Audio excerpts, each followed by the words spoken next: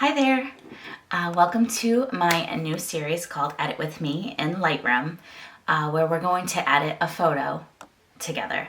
My name is Becca. I am a wedding and family photographer based in the state of Massachusetts. And today I'm just going to show you how I edit a photo, a random photo that I have. I will just start and begin this by saying that just like day trading, there is a lot of different ways to edit an image, okay? And the way that I show you how to do something today, or the way you see me do something today, may not be the way that you do it, or you may not think it's the right way, and that's fine. But I'm just gonna show you how I edit this photo, okay? Okay, so we're gonna start off, first of all, we're gonna take this raw image, and we're gonna turn it into this. And you'll notice that it's pretty subtle overall. It's more of just like a lighting thing. My editing style is true to color. So a lot of my work is done within the camera at the time of the session. So all I'm really doing when I'm editing photos is adjusting lighting, softening skin tones, and changing some tones in my camera. I shoot on a Canon R6. That's the cameras that I have. And these were shot with a 35mm lens. So, and I apologize for my voice today. I am losing my voice, so just bear with me a little bit. But, all right, let's get into it. So, the first thing that I'm going to do is I am going to put my preset on it. The preset that I use is one that I've created myself. It's pretty much just an automatic way for me to make sure all my images have the same color tones in them. And yeah, I've gone back and forth with potentially selling them. So if you're interested in my preset, let me know. Maybe I will sell my presets. But for now, I've never bought presets. I only use the ones that I've created, and I highly recommend that. Like, it's kind of fun. Take some time, go through. If you need advice on that, I'll show you over here to the right. You'd want to start with this calibration area. This is going to affect very much your green tones, your skin tones, because everybody's skin pulls green or pink, right? Orange tones. But everybody's underlying skin tone, I've found, either leans more in the green category or it leans more in the pink in undertones. So you just want to be mindful of that. Whatever you do with this calibration area is going to affect your, it could affect your skin tones. So just be mindful of that. So when I create my own preset, and I try to refresh my presets every year or so, just with like how I'm choosing to edit and my style and all that. But I'll start with calibration, and then I will go up into this color mixer area usually.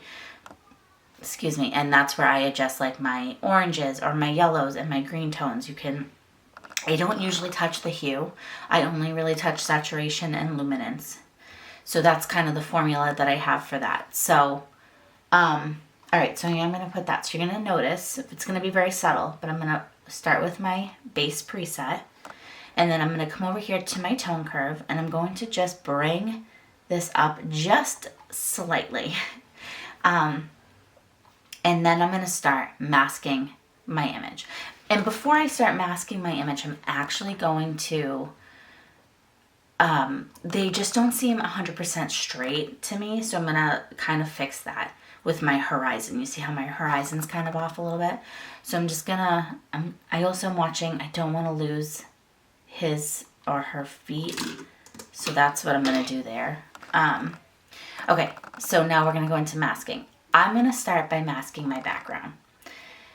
In the background, I'm gonna drop my highlights. When you drop your highlights, you can also mask in Lightroom just your sky, if you don't want like this to touch everything else in the background. But it does pull a lot of detail out of your sky. So you'll pull, like, if you pull your highlights down, you're going to find that you recover clouds, recover color a little bit.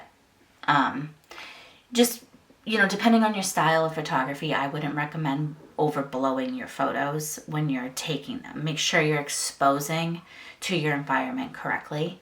It will help retain a lot of data and details, really, in your images. So you'll notice let me try that again. So when I pull my highlights down, it's going to reveal this like little puffy cloud up here in the background.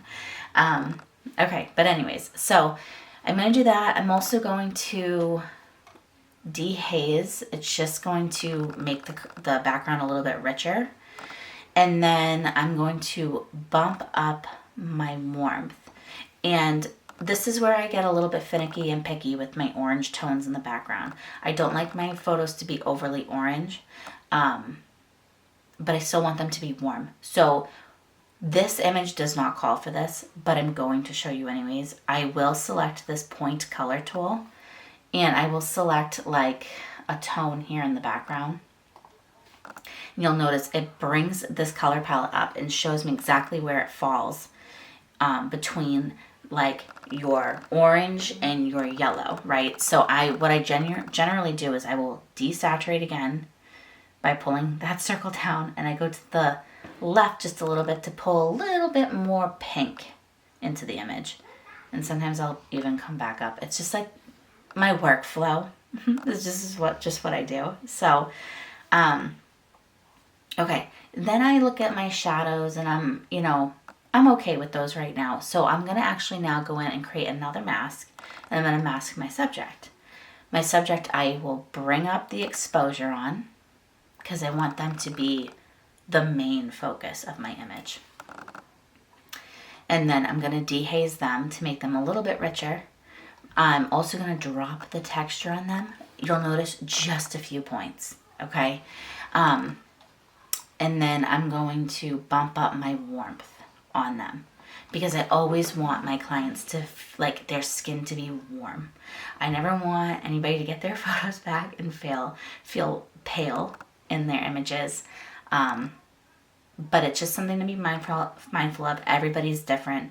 Some people pull more green, some people pull more pink, and you just want to be a little bit mindful. I do find that adding a little bit of pink into people's skin can be really, really pretty. Just the slightest amount.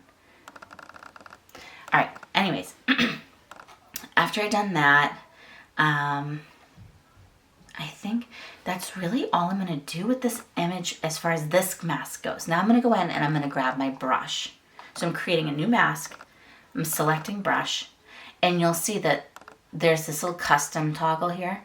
You can click on that, and I'm going to select Soften Skin Light. Not the Soften Skin. You'll make somebody look like a porcelain doll. But I'm going to click Soften Skin Light. And what that does is it's just already doing it for me, is it's adjusting this texture and clarity down here, just dropping them. So when I zoom into this image, I'm going to smooth her skin. Now, this might be a little controversial, but I do this for every single woman on my screen. I don't usually touch men. I just think it looks unnatural. I will sometimes here and there, depending on the situation, make little adjustments to their skin, but I really do not touch men's skin. It's usually women. I always want my ladies to receive their galleries back and be like, ooh, my skin looks good. Like, go that extra mile. It will pay off. But you have to do it naturally. If you don't do it naturally, people are going to be like, oh, she smoothed my skin. Like, you want them to think like, oh, like, my skin looks good. Not, oh, she obviously edited my skin. That's just my opinion. So I am going to smooth her skin out. And then I'm going to go in over here, and you'll see this tool here. This is like, what do we call it? What is this called? I don't even know. The remove tool. Okay. This is where you can use the AI feature to remove things if you needed to, but you would have to select this use generative AI feature, and I'm not doing that. All I'm doing is removing a few little blemishes on the skin that I'm noticing. And you want to be mindful. What's a blemish and what's a freckle? What's a mole, right? What's a scar? How is that, going to impact the client? Do they not want you to remove the scar? That's kind of conversation I get into a little bit more usually with my brides. But usually it's just a judgment call on my part as the professional. I just kind of remove a few things. All right, and then we're going to zoom back out. And I'm going to look at my image and I'm going to be like, I'm going to be picky. I'm going to go back in and grab a new mask, a new brush, and I'm going to bump up my shadows here. And I'm going to run it over this area and see how it makes me feel. I'm going to pull it down a little bit. I just don't want their faces to be too dark. Like I want their personalities to pop, right? Yeah. Okay, so that's generally what I do. And then the last little touch that I usually do is and now I'm in the overall part here of Lightroom, I'm just going to boost my contrast slightly. And that's how I get that image. And I love it. It's subtle, it's beautiful.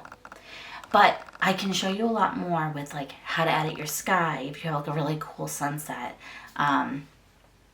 or go into more detail on really anything, or show you more here on how to use Lightroom. But that's just a real simple edit. I wanted to take you along and start my Edit With Me series, and we'll get into another image in the next video. Bye.